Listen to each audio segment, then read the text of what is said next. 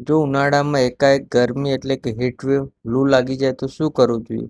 તો સૌપ્રથમ તે દર્દીને ભીના કપડાં અથવા ચાદર વડે ઢાંકવું જોઈએ તથા તેની આજુબાજુ આઈસ પેક જેમ કે બગલ, માથા ઉપર તથા ગરદનની આજુબાજુ મૂકવા જોઈએ. તાવની દવાઓ જેવી કે પેરાસિટામોલ, એસ્પિરિન વગેરે ના વાપરવી જોઈએ તથા ધ્રુજારી તથા ખેંચ માટે પ્રોમિથાઝીન, ફિનોબાર્બિટોન વગેરે વાપરી શકાય, પરંતુ ફેનિટોઇનનો બને ત્યાં સુધી ઉપયોગ કરવો જોઈએ નહીં.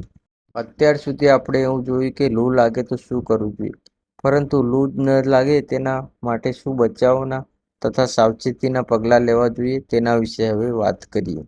દરેકે પુષ્કળ પ્રમાણમાં પાણી પીવું જોઈએ. ડિહાઇડ્રેશનથી બચવા માટે લીંબુ પાણી, લસ્સી, દહીં, તાજા ફળોના જ્યુસનું સેવન કરવું જોઈએ.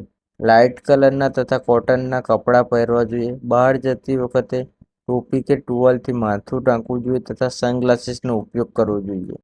બપોરના 12 વાગ્યાથી 3 વાગ્યા સુધી કોઈ જરૂરી કામ સિવાય બહાર ના નીકળવું જોઈએ અને હંમેશા પગમાં ચપ્પલ કે બૂટ પહેરીને જ ચાલવું જોઈએ. ખુલ્લા પગે નીકળવું જોઈએ નહીં.